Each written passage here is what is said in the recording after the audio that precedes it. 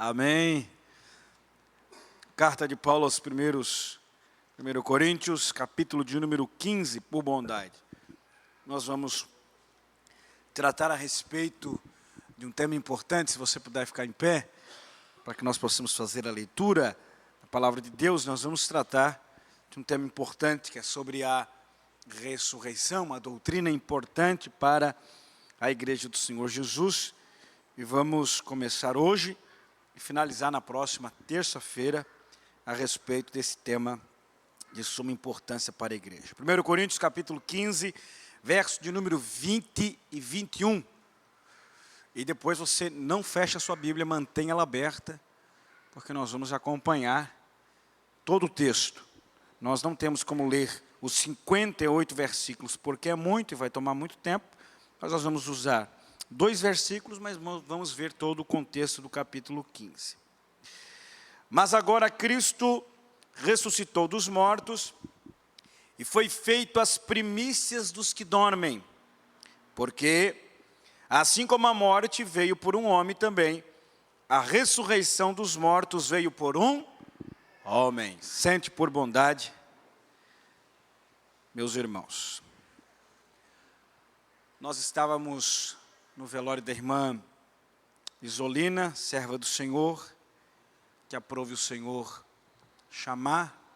A nossa irmã já estava com 77 anos, frequentava os nossos cultos aqui periodicamente, principalmente aos domingos. A gente sempre via ela subir pelos corredores, andar bem devagarzinho já pelas suas dificuldades, mas amava estar na igreja, e nós estivemos ali junto com a família, no momento de dor, transmitindo uma palavra ao coração deles. Então, ore pela família da serva que já está com o Senhor Jesus.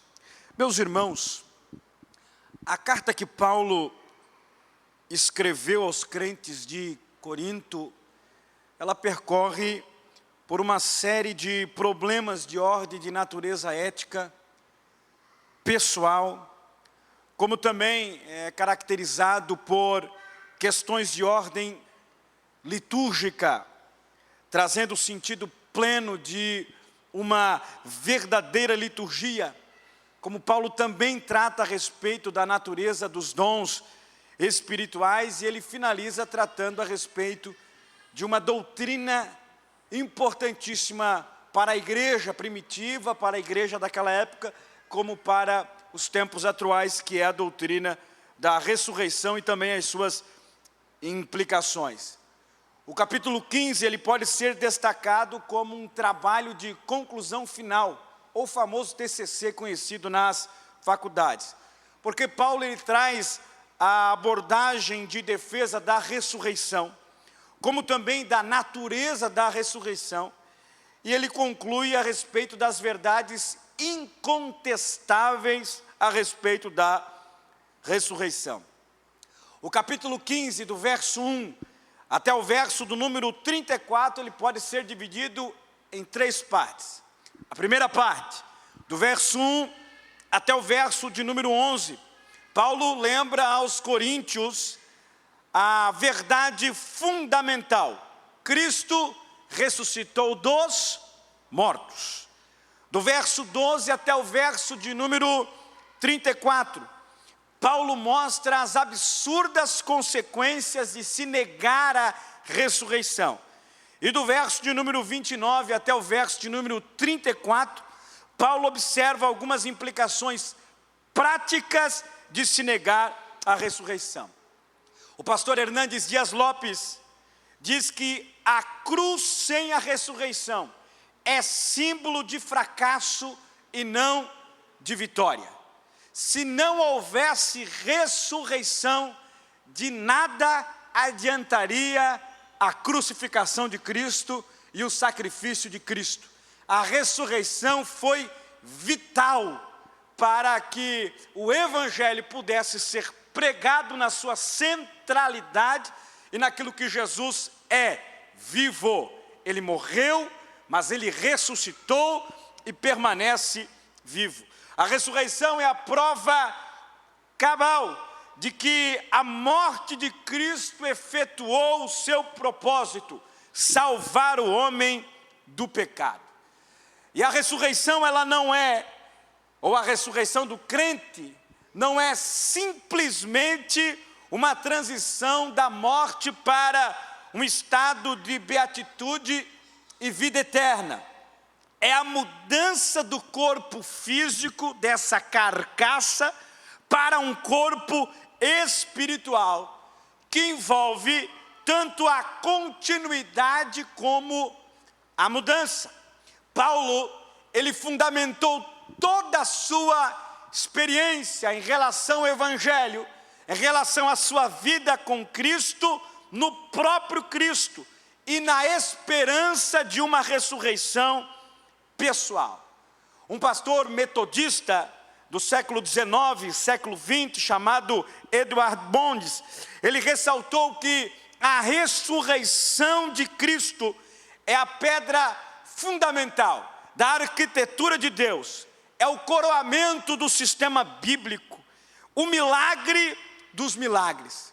A ressurreição salva do escárnio a crucificação e imprime à cruz glória indizível. O capítulo 15, que é o capítulo que fala sobre a ressurreição, é onde nós encontramos a maior pérola do que foi escrito a respeito da ressurreição. Embora haja outros textos que abordem, que falam sobre a ressurreição, mas de forma tão contundente como o capítulo 15 da carta de 1 Coríntios, não há, porque Paulo trata de forma muito profunda a respeito da ressurreição.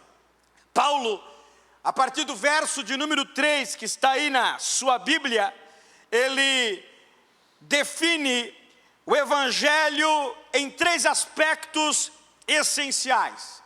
Cristo morreu pelos nossos pecados. Segundo, ele foi sepultado.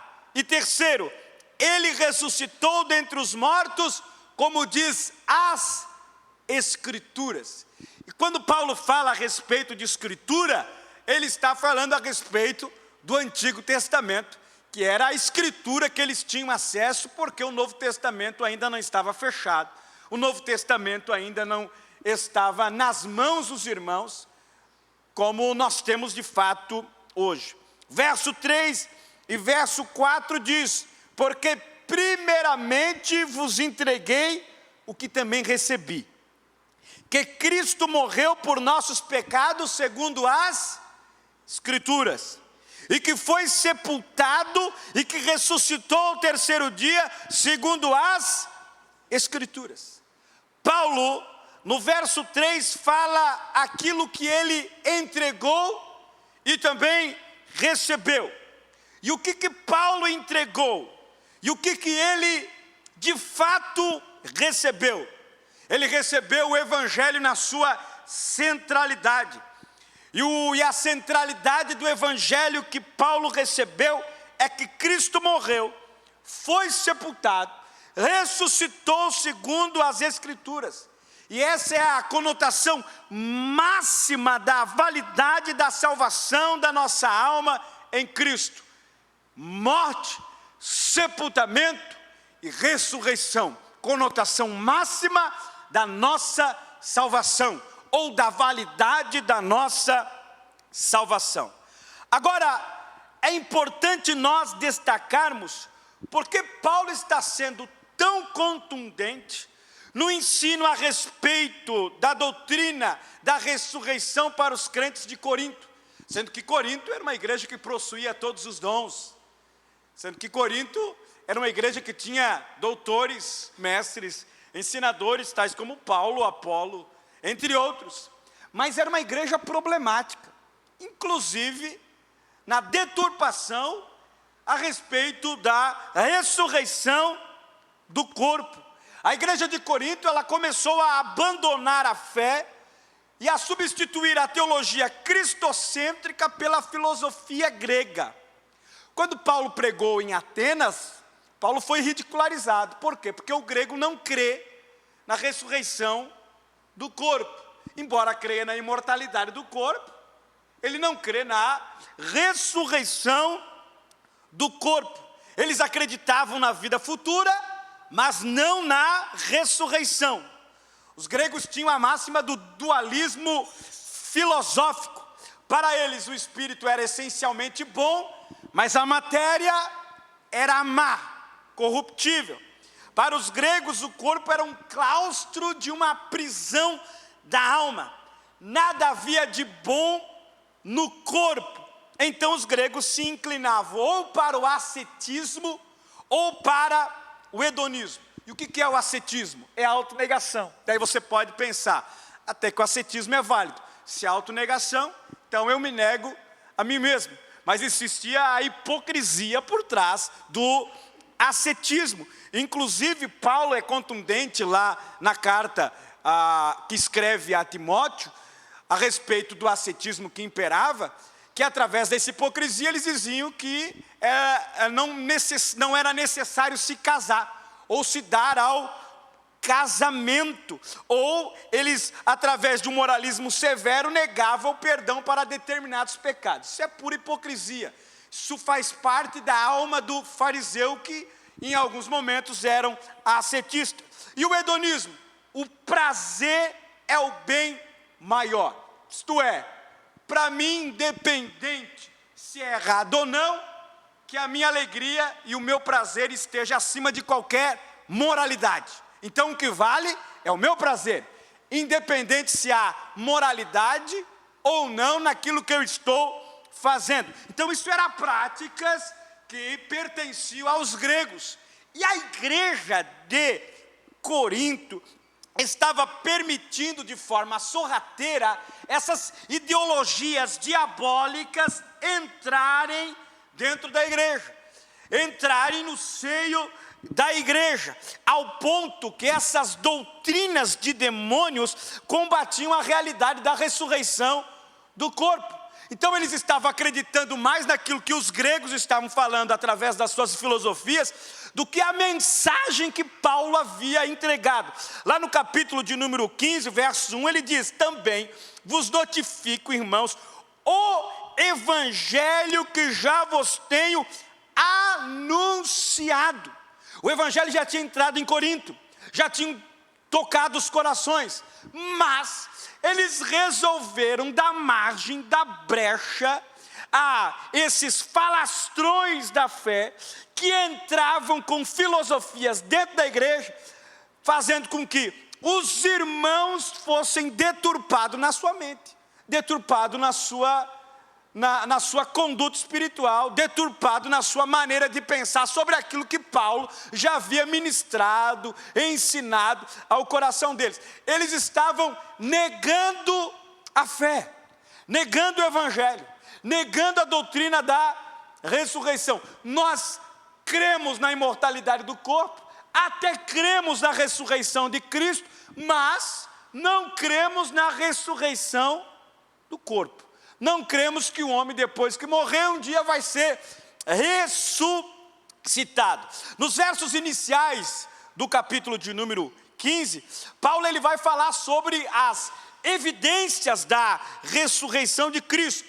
Isto é, a Escritura afirmando sobre a prova da ressurreição. A Escritura serve como base interna para atestar que Cristo ressuscitou. E Paulo também fala a respeito das evidências externas, isto é, os testemunhos dos irmãos que viram a ressurreição de Cristo, que observaram a ressurreição de Cristo, que atestaram que Cristo ressuscitou. E como eu falei, qual a escritura que Paulo está falando que atesta que Cristo haveria de ressuscitar? O Antigo Testamento e os textos que nós temos no Antigo Testamento. Salmo de número 16, que é um salmo dito como messiânico: não deixará a minha alma na sepultura, no Hades, no lugar dos mortos. Então atestava a respeito da ressurreição de Cristo. Isaías 53, Oséias capítulo 6, verso 2, que também fala a respeito da ressurreição de Cristo. Mas também Paulo fala a respeito dessas testemunhas que viram o Cristo ressuscitado. E ele fala a alguns irmãos. não um ou dois, mas muitos irmãos que observaram. Repare aí o verso de número 5 que fala a respeito dessas testemunhas, que viram o Cristo ressuscitado, capítulo 15, verso 5, e que foi visto por Cefas. Quem é Cefas aqui? Pedro. E que foi visto por Pedro, e depois pelos 12, depois foi visto uma vez mais por mais de 500 irmãos, dos quais vive ainda a maior parte. Paulo estava dizendo, tem irmãos que ainda estão vivos, tem irmãos que ainda estão louvando, cultuando a Deus, participando dos cultos, e que ainda estão em nosso meio, que não partiram para a eternidade, mas alguns já dormem também. Depois foi visto por Tiago, depois foi visto por todos os apóstolos. Esse Tiago aqui era o apóstolo, ou pastor da igreja de Jerusalém, irmão de Jesus. E esse Tiago aqui só creu em Cristo depois da ressurreição. Quando seu irmão Jesus estava fazendo as obras que faziam na terra, salvando, curando, libertando, ele não creu. Mas depois da ressurreição, ele creu que aquele Cristo era o Messias, que aquele Cristo era o que haveria de vir para salvar o homem dos seus pecados. E por derradeiro, verso 8, e por derradeiro de todos, me apareceu também a mim como a um abortivo. Paulo também se identifica como alguém que viu Cristo ressuscitado, e a base dele é Atos 9, no grande encontro que ele teve com Cristo na sua salvação. Paulo viu Cristo ressuscitado, conversando com ele, falando com ele, lhe chamando a atenção, convertendo a sua alma.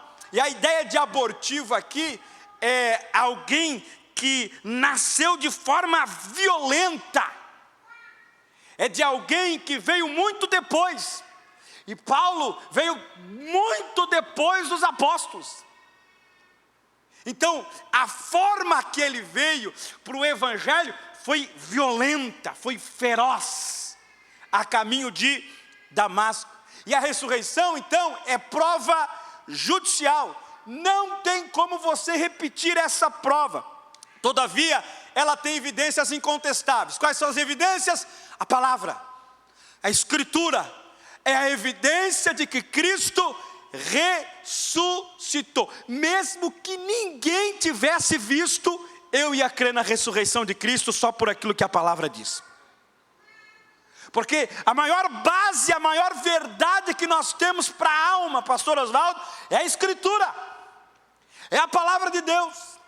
Mas Paulo fala de incontestáveis testemunhos que também tiveram. Então nós temos a linha histórica da ressurreição, de que Cristo ressuscitou. Não foi alguém que foi lá e roubou o corpo, como se diziam os romanos. Não foi algo que os discípulos foram lá e roubaram o corpo de Jesus, porque tinha uma guarda que guardava o túmulo, guardava o corpo de Jesus, de muitos homens. Então era impossível alguém roubar o corpo. Só que eles tinham que inventar uma história, tinham que criar uma história. Mas não tem como criar uma história quando o fato é verdadeiro. Não tem como enganar como o fato é verdadeiro. Se alguém roubasse o corpo, o lençol que encobria Jesus não estaria dobradinho. Se alguém roubasse o corpo, faria isso de forma muito veloz e não se preocuparia com o lençol. Então Jesus ressuscitou, e é comprovado historicamente que o Cristo que nós servimos está vivo para todo sempre.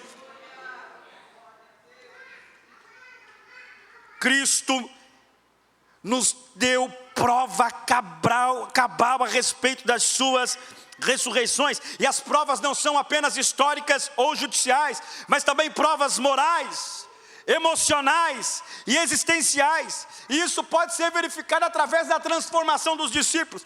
Quando Jesus estava na cruz, muitos deles fugiram, um negou, muitos ficaram amedrontados, com medo. Tanto é que quando Jesus ressuscitou, a maioria dos apóstolos estava dentro de uma casa trancado, com medo da perseguição, com medo da oposição, com medo dos homens os matarem. Só que quando Jesus apareceu para eles, e Jesus aparece de uma maneira extraordinária. Quando Jesus aparece para eles, Jesus diz: paz seja convosco. E eles creram em Cristo ressuscitado. E a partir do momento em que eles creram na ressurreição e viram Cristo ressuscitado, o medo saiu. E a prisão não era mais um problema. A perseguição não era mais um problema. Não tinha mais dificuldade ou medo por causa da perseguição que viesse por causa do servir a Cristo. Então a ressurreição mostrou prova de coragem para os discípulos.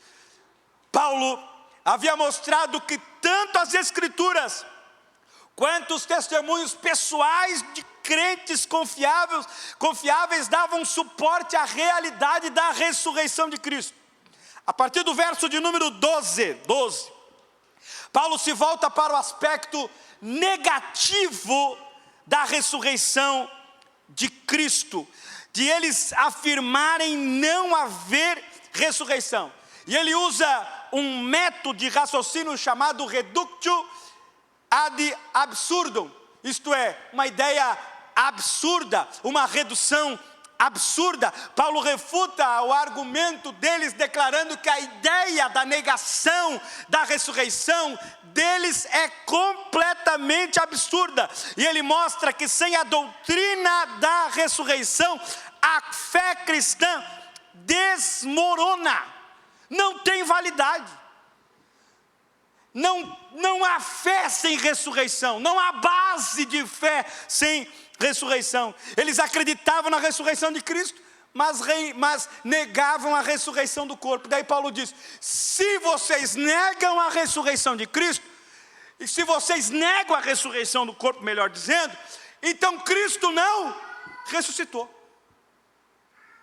Se vocês negam que nós, quando partirmos, não vamos ser ressuscitados, então o Cristo a qual nós servimos também não ressuscitou. Uma coisa é atrelada à outra. Se Cristo ressuscitou, todos aqueles que partiram para a eternidade vão ressuscitar. E daí Paulo, nos textos subsequentes, a partir do verso 14, vai afirmar algumas coisas. Se não há ressurreição, a pregação torna-se sem efeito. Se não há ressurreição, até os dias atuais a pregação do Evangelho não tem efeito para transformar a vida de ninguém. Olha aí o verso de número 14. E se Cristo não ressuscitou, logo é vã a nossa pregação. Logo você evangelizar alguém, falar de Jesus para alguém, não tem validade nenhuma. Porque se não há ressurreição, a nossa pregação se torna vã, inútil, fútil, não tem validade alguma. Se não há ressurreição, a fé se torna irreal. E até os dias de hoje, se não há ressurreição, então não adianta ter fé, não adianta crer. Verso 14: e também a vossa fé é vã, é inútil. Então, para nós crermos no poder do Evangelho, crer no poder de Cristo, crer na mensagem do Evangelho, nós precisamos crer na ressurreição de Jesus. Nós romantizamos muito a cruz, e é importante isso. Mas, se não houvesse ressurreição, o sacrifício de Jesus não adiantaria para absolutamente nada. Nós romantizamos a cruz, romantizamos o sangue, isso é bom, é válido, porque a nossa salvação veio através de cruz, através do corpo, através do sangue, para a remissão dos nossos pecados. Mas, se Cristo não ressuscitasse, a nossa fé nisso seria vã, seria fútil, não teria validade. Se não há ressurreição, as testemunhas que Paulo destacou que viram Cristo ressuscitado seriam falsas. Estavam inventando, estavam enganando, estavam mentindo. Repare aí, o verso de número 15 e 16. E assim somos também considerados como falsas testemunhas de Deus, pois testificamos de Deus que ressuscitou a Cristo, ao qual, porém, não ressuscitou, se na verdade os mortos não ressuscitam. Porque se os mortos não ressuscitam, também Cristo não ressuscitou. Então aquilo que a gente viu é engano. O Cristo que a gente viu ressuscitado é mentira. É um fato enganoso, mentiroso, aquilo que nós estamos anunciando, divulgando. Agora o verso 17 e 18 é de suma importância. Olha o que Paulo diz: se não há ressurreição, o homem ainda permanecia no pecado. Você não seria transformado, liberto. O pecado ainda tinha domínio sobre você. O pecado ainda tinha domínio sobre a tua mente, sobre as suas ações, atitudes, pensamentos. Olha o que Paulo diz, verso 17 e 18: e se Cristo não ressuscitou, é vã a vossa fé, e ainda permaneceis nos vossos pecados. E também os que dormiram em Cristo estão perdidos. Ora, se não há ressurreição, então aqueles que partiram para a eternidade estão perdidos. Não tem salvação, não tem redenção, não tem remissão, não tem justificação, sem ressurreição. A ressurreição foi vital para a nossa alma. Verso 19: se não há ressurreição, não há esperança. Olha o que Paulo diz, verso de número 19: se esperamos em Cristo só nesta vida, somos os mais miseráveis de todos os homens. Se a nossa fé está atrelada somente a algo terreno, é fútil a nossa maneira de viver, é fútil a nossa realidade espiritual. A esperança está atrelada à ressurreição. Se Cristo ressuscitou, a minha esperança está viva de que se eu partir, um dia Jesus vai me ressuscitar. Se Cristo não tivesse ressuscitado, até os dias atuais estaríamos perdidos no pecado. Até esses tempos odiernos estaríamos perdidos no pecado, pois uma infundada credulidade nunca poderia libertá-los. O que torna a minha fé viva, o que torna esta fé viva, é porque o Cristo que eu creio ressuscitou e está vivo. O único que voltou à vida e permanece vivo é Jesus. Todas as outras pessoas que voltaram à vida, como Lázaro, como o filho da viúva de Naim, como também nas páginas do Antigo Testamento, o soldado que tocou nos ossos de Eliseu e voltou à vida, o filho da Sunamita, estava tentando recuperar na memória, o filho da Sunamita, todos esses voltaram a morrer. O único que permanece vivo é Jesus. O único que está assentado à direita de Deus Pai, e que foi-lhe dado toda a autoridade, todo o poder pertence a Ele. O único que pode controlar a nossa vida e nos salvar está vivo. E se Ele está vivo, Ele também garante a nossa vitória quando Ele chamar a sua igreja. Ele é tão real que Ele está vivo, que pela fé eu creio que Ele está participando desse culto. É tão real que Ele está vivo, que Ele está nos ensinando a respeito de uma doutrina fundamental para a nossa fé. É tão real que Ele está vivo, que Ele está nos instruindo a respeito de algo glorioso para a nossa esperança futura. Verdades como esta, pastor Oswaldo me preocupa como pastor, mas verdades como esta não estão sendo mais ensinadas. A respeito da volta de Jesus, pastor Sandro, Gosto muito de ouvir o pastor Sandro na área escatológica, não é uma área que eu tenho profundidade, mas verdades como a volta de Jesus, a doutrina da ressurreição, a doutrina da salvação, da justificação, verdades como essa estão sendo deixadas de lado. Está sendo ensinado para o povo, está sendo ministrado para o povo, coisas supérfluas. Coisas que não têm validade para o mundo vindouro. Está se ensinando mais coisas terrenas do que coisas do céu. Está se juntando mais tesouro aqui do que na eternidade. E aqui, tudo que eu junto, a traça corrói, o mal corrói, as coisas consomem, as coisas se perdem, mas tudo que eu ajunto para a eternidade, permanece ligado em Jesus. Então verdades como essa precisam ser ensinadas, ministradas. Eu sei que é bom você ouvir textos que falam que você é vitorioso, que você vai vencer. Isso é bom, faz parte. Mas você precisa aprender e ser instruído sobre essas doutrinas fundamentais da Escritura, do Evangelho. A maior bênção nós recebemos e a maior esperança nós esperamos. A maior bênção que você recebeu, salvação.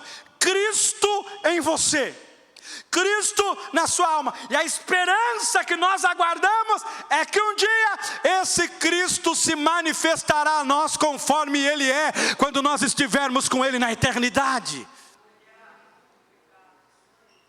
Essa é a maior bênção, a maior dádiva que você pode receber nesta vida. A nossa esperança, ela nunca morre. Como o ditado popular de alguns por aí, a esperança é a última que morre. Não, a minha esperança está viva. Aleluia! A minha esperança está à direita de Deus. A minha esperança tem todo o poder e autoridade. A minha esperança é Cristo Jesus, nosso Senhor. A nossa esperança está viva. Quem pode levantar a mão para glorificar ao nome de Jesus por essa esperança viva? Se não existisse a ressurreição, seria a trágica nossa condição, trágica nossa situação. Ao invés de redimidos, perdidos, transformados, estaríamos vivendo em densas trevas. E Paulo é contundente na afirmação da negativa daqueles que desacreditam na ressurreição. Ele diz, verso 20 e 21, mas agora, Cristo ressuscitou dos mortos, e foi feito as primícias dos que dormem, porque assim como a morte veio por um homem, Adão, o pecado que entrou no mundo por meio de Adão, trouxe a morte. A morte é uma realidade cabal para todos nós. Nós não escaparemos da morte. A morte natural, uma realidade para os homens. O pecado entrou no mundo e trouxe a morte. Mas Paulo diz, também a ressurreição dos mortos veio por um homem. Aqueles que morreram serão ressuscitados. E a ressurreição de Cristo serve como garantia de que Ele ressuscitou, de que se Ele ressuscitou, também nós ressuscitaremos quando chegar a época da colheita. William Barclay diz que a ressurreição nos prova 4 fatos que podem mudar totalmente a perspectiva que o homem tem da vida neste mundo e no vindouro. Primeiro, a ressurreição prova que a verdade é mais forte que a mentira. Segundo, a ressurreição prova que o bem é mais forte que o mal. Terceiro, a ressurreição prova que o amor é mais forte que o ódio. E quarto, a ressurreição prova que a vida é mais forte que a morte.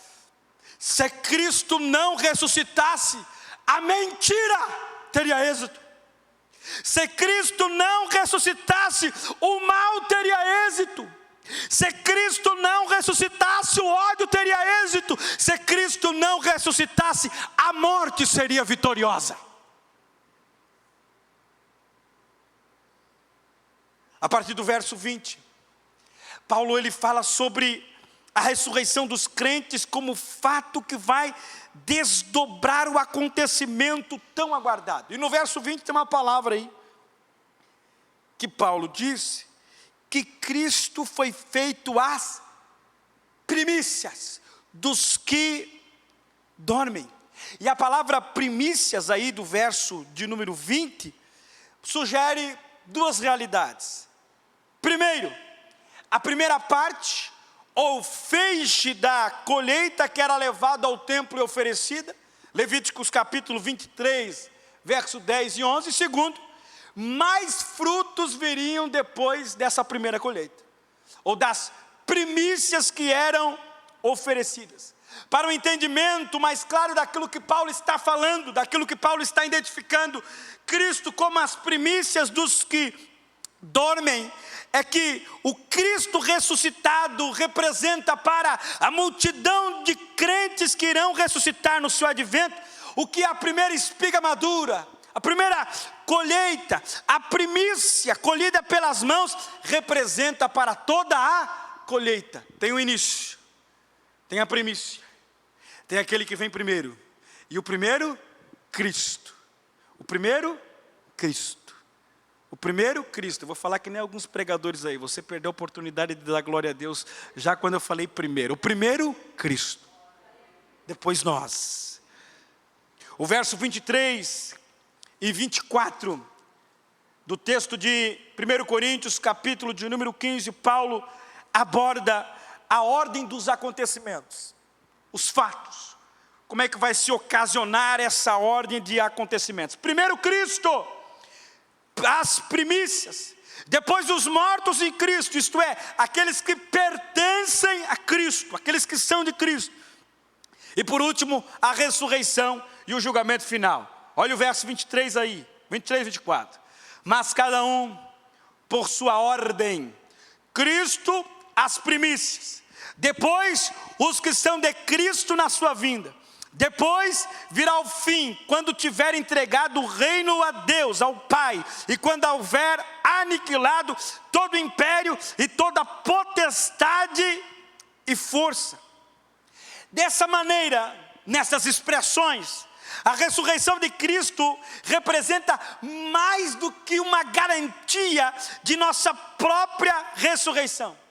É o acontecimento mais crítico da história. O evento que introduz a ordem escatológica que executará o propósito de Deus, que executará o plano de Deus e abolirá Satanás e a morte, destruirá Satanás e aniquilará a morte, restaurando o universo ao seu estado puro e original, e revertendo o curso do poder destruidor que foi liberado através do pecado de Adão. A última inimiga, conforme 1 Coríntios capítulo 15 e os versos subsequentes, a última inimiga a ser vencida é a morte.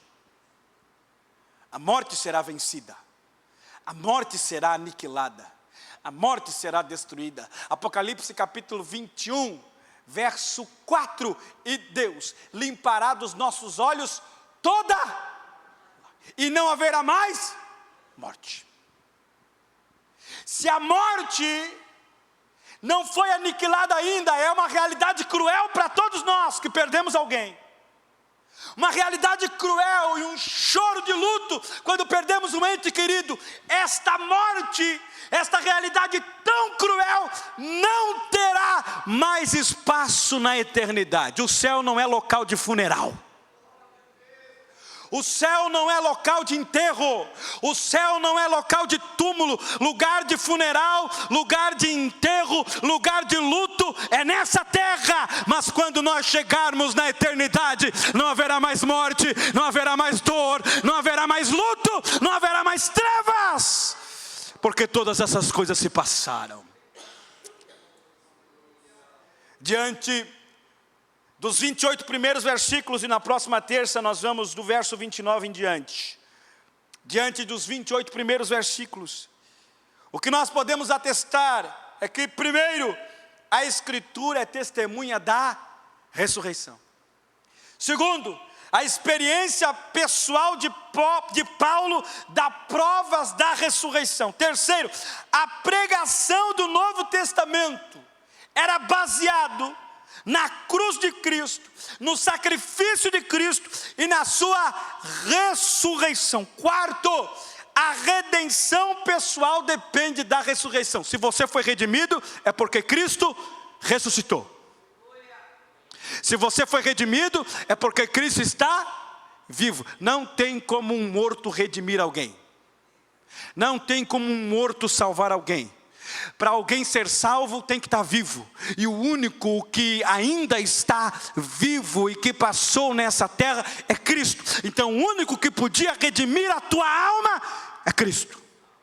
Por último, a nossa esperança no futuro repousa na ressurreição. Fique de pé por bondade. As marcas da cruz são vitoriosas pela ressurreição de Cristo. E se Cristo ressuscitou, os que partiram com Cristo ressuscitarão. Se você não vê Jesus no arrebatamento, fique tranquilo, Ele vai te ressuscitar. Porque alguns estarão vivos, outros serão ressuscitados. 1 Tessalonicenses, se eu não estou enganado, Paulo diz, os mortos ressuscitarão primeiro, depois os vivos serão transformados num abrir e acabou. Então fique tranquilo, eu sei que a morte é terrível, e nós não queremos morrer. Eu quero estar com Cristo, eu quero ir com Jesus. Eu digo para minha esposa que eu não vou passar dos 60, eu acho. Mas eu quero estar com Cristo, mas não quero morrer. Mas essa é uma realidade. Eu não sei quantos anos a mais eu tenho à frente. Meu pai acreditava que ia ver Jesus vivo. Deus não permitiu. Eu tenho essa convicção de que talvez eu veja Jesus vivo. Tem esse crer, essa fé. Mas é algo pessoal. Isso não é doutrina, porque eu não sei a hora nem o dia. Mas se eu morrer, está tranquilo, está tudo certo. Por quê? Porque eu vou estar no paraíso, vou estar com Jesus, na antessala, né? Esperando a nova Jerusalém, aguardando a ressurreição. Eu brinquei no velório do pai, eu disse, se eu tivesse a oportunidade de falar com meu pai, eu ia dizer para ele, volta. E daí ele ia dizer para mim, tu estás doido. E eu não quero não. Se vira aí para vir aqui para cima, porque eu já estou vitorioso aqui, meu amigo. Te esforça aí, te vira aí. Continua santificando o teu coração, tua alma, porque eu já cheguei aqui. Quem está lá, meu irmão, tu acha que quer voltar? Quem está lá quer vir. Tem alguns testemunhos de homens de Deus que já tiveram oportunidade. O Senhor os arrebatou, os levou e viram coisas extraordinárias. Mas Jesus falou, não, pode voltar. Pode voltar que não é teu tempo não. Ah, se eu pudesse ficar aqui. Não pode, ainda não. Que você permaneça firme. Perseverante. Aquele que perseverar até o fim será salvo. Aquele que for até o fim. A vida não é fácil, ainda mais servir a Cristo. É batalha, é luta, é dificuldade, é perseguição, é intensidade, é desprezo. É tantas coisas difíceis, né? A vida não é, com Jesus, a vida não é águas cristalinas. São momentos de tempestade. Só que o importante é o final que vale a pena. Tem um louvor que diz, e vai valer a pena, vai valer a pena. O final é que vale a pena. Os covardes são aqueles que voltam, os medrosos são aqueles que retrocedem, os corajosos são aqueles que vão até o fim. Vá até o fim. Vá até o fim. Permaneça firme. Paulo, 1 Coríntios 15, 58, e nós vamos concluir semana que vem lá nesse versículo. Ele diz, sede firmes e constantes, sempre abundantes na obra do Senhor. Firme, constante e abundante. Acabou. Não tem como você voltar atrás. Vamos orar? Quantos são gratos a Deus pela sua palavra? Amém? Terça-feira que vem nós concluímos. Convido você a estar aqui. Eu me alegro quando eu vejo um número expressivo de irmãos no culto de ensino. Isso indica que o povo gosta dos cultos de ensino. Gosta da orientação divina, né? E daí na terça-feira eu sou mais contido do que no domingo. No domingo eu sou mais pentecostal. Na terça mais contido. Mas eu me alegro em ver você aqui, em ver os obreiros aqui. Isso alegra meu coração, ver os obreiros desejosos. O pastor Oswaldo tem idade de ser meu pai, o Jorge também não, né? Pastor Sandro Verne, idade de ser meu pai, né? Estão aqui, ouvindo, se alimentando, aprendendo, porque eu sei que eles têm no seu coração, eu preciso aprender mais, porque eu não sei tudo. E eu quero mais. Quanto mais de Jesus, melhor. Pai, nós te agradecemos, te louvamos. Obrigado. Obrigado pela ressurreição. Pela certeza de que tu ressuscitou segundo as Escrituras. E teve as testemunhas que atestaram a tua ressurreição. E pela esperança da ressurreição de que nós também, se partirmos, ressuscitaremos. Que os nossos irmãos que já partiram com o Senhor também ressuscitarão. De que nós aguardamos com a esperança na alma, no nosso coração, a certeza de que um dia estaremos contigo para todo sempre. Nos ajuda a perseverar até o fim, nos ajuda a continuar, nos ajuda, Senhor, a trilhar este caminho da verdade, este caminho da fé, este caminho da esperança, até o final da nossa vida, para que possamos encontrar com o Senhor nos ares, na eternidade. Nós te louvamos, te agradecemos, em nome de Jesus. Louve o nome do Senhor, meu irmão. Um Salvador meigo é Cristo.